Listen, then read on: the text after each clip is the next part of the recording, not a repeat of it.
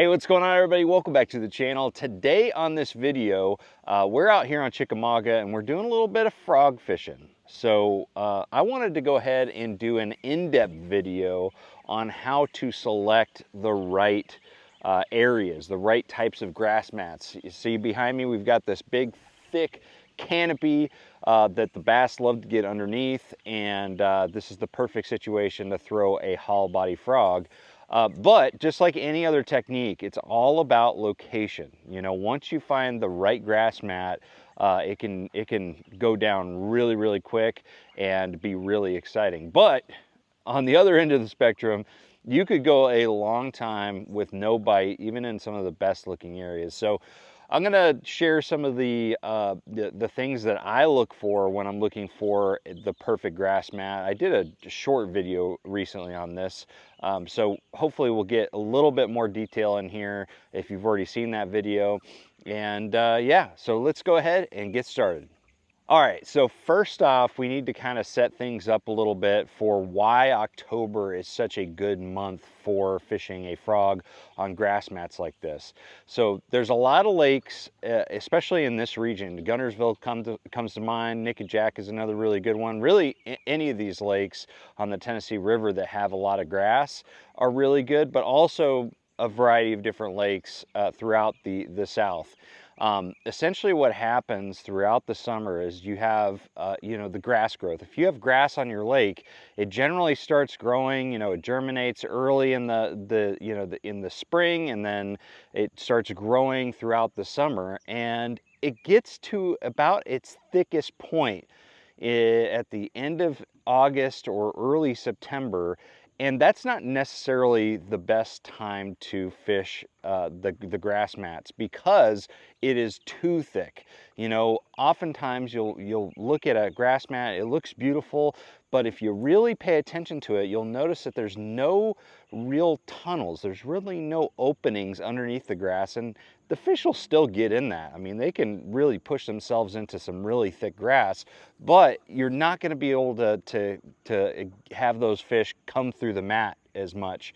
And so it's really a function of being able to fish, you know, those type of mats when they're that thick.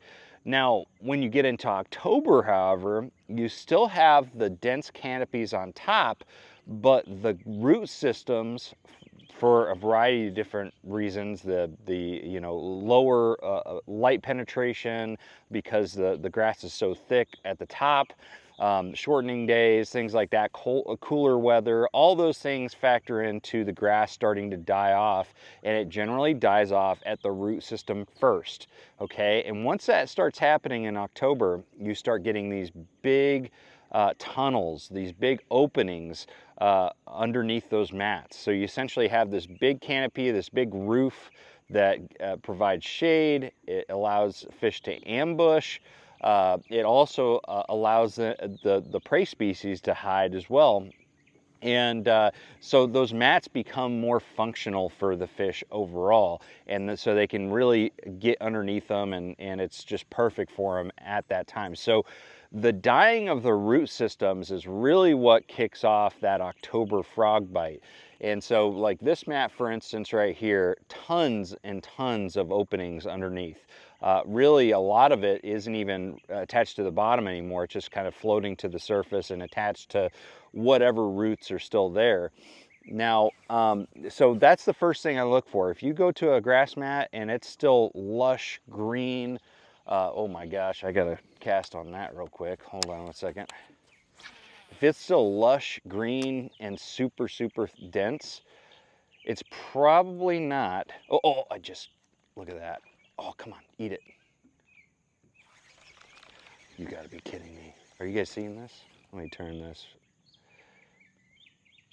But if you have a grass mat that's still just full, lush and green, it's probably too dense to really fish, you know, and there's probably not as many fish that are using it to begin with. So that is one of the biggest keys, is finding mats that have the root system starting to die off.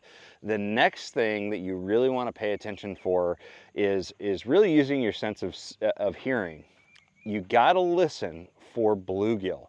bluegill are a key source of food for bass in these grass mats. And honestly, I would venture to say, and this is just my theory, I would venture to say that this is more of an imitation of a bluegill than an actual frog when it comes to fishing on this type of stuff. I think that the majority of the time a bass believes that it's a bluegill, you know, on the surface, and that's why they eat it. Now, they could also believe it's frog. They're opportunistic. They'll eat anything. But essentially bluegill are very, very important for this frog bite. So if you listen, you can actually hear bluegill popping on the surface pretty frequently and actively if you find a good mat.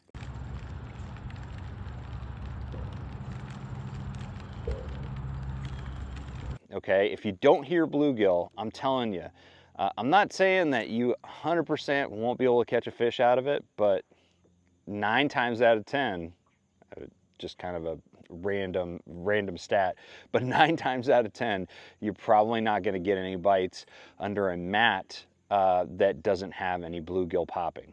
That's just something that I've figured out throughout the years. All right, so another really important thing that you got to look for is something called blowholes. That's what we call it.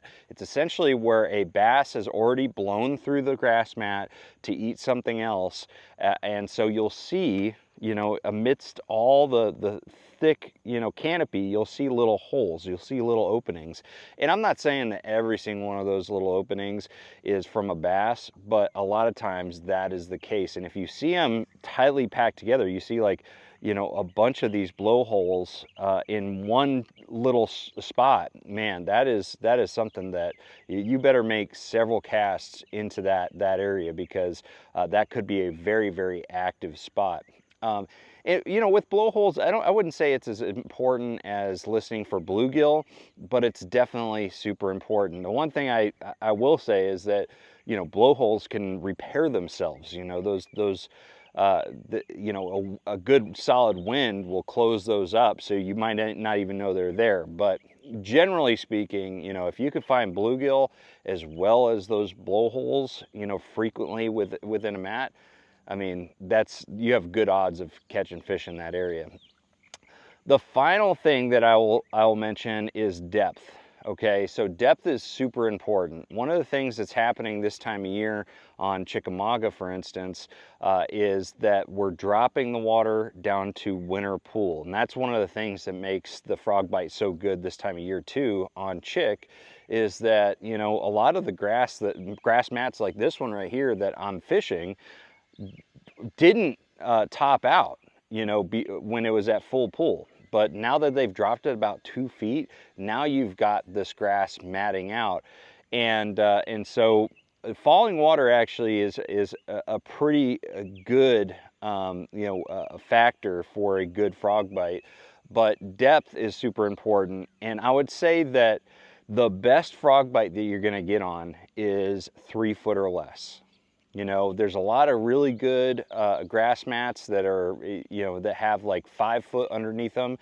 The closer the bass is to the top of that mat, the more likely they're going to eat that frog.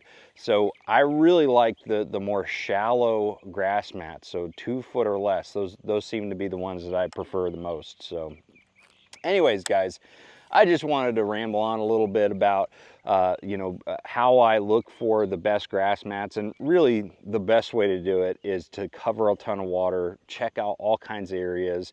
Don't just assume that a small grass mat, you know, in the back of a pocket or something isn't going to be a really good grass mat, because those are some of the best ones, the smaller ones. You know, a lot of people will just drop the trolling motor on a big, giant grass flat on like the main river area, but they'll totally pass by these small ones in the backs of pockets, and I think that's a big mistake. So anyways, yeah, get out there, put the trolling motor on high, and cover some water, and once you find the right grass mat, man, it can be lights out. So thank you guys for watching. If you have any questions, drop a comment below. Other than that, I'm going to see you out on the water. Trust the process.